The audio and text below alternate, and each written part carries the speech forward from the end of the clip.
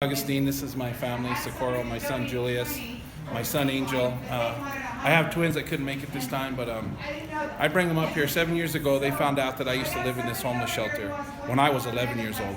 And we live in Idaho Falls, that's where we live now. My mom was headed to California, ran through a rough patch. Car broke down, didn't want to ask for any help, so we ended up staying in the viaducts, the trailers, underneath the bridge before this actually became the new shelter. And I think we were here, to be honest with you, I want to say it was at least 6 months. It was a long time. There's good people here.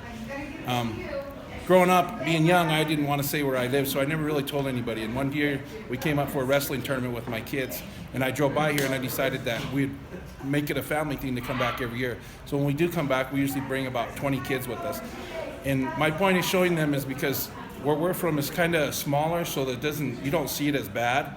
And the people that do, they get a lot of help. We're here, it's not like that. And so we bring like 400 sandwiches, and we'll walk around. I'll let each one of the kids do it. I won't take the money because I want them to experience it, to let them know that there's a lot of good people out here that are just hungry.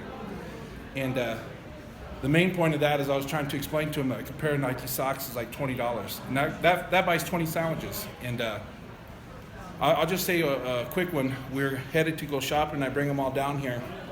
I think there's about 30 of them. They're all new.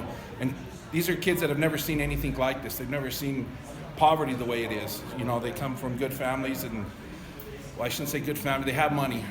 Wealthy families, I should say. They came down here, and it was kind of a little eerie for them at first. They did it that night, and they were also excited to give $5. We bought pizzas, and they all handed them out.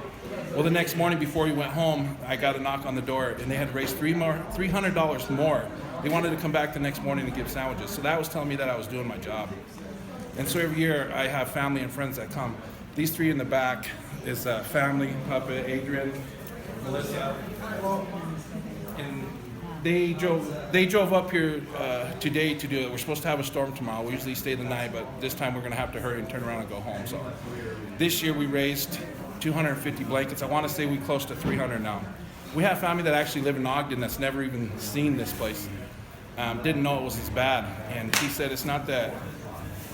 When we bring them last time, they decided that they're going to start doing it too. And they raised 50 blankets on their own. So I just hope that my kids will keep doing it, and it'll just go on and on.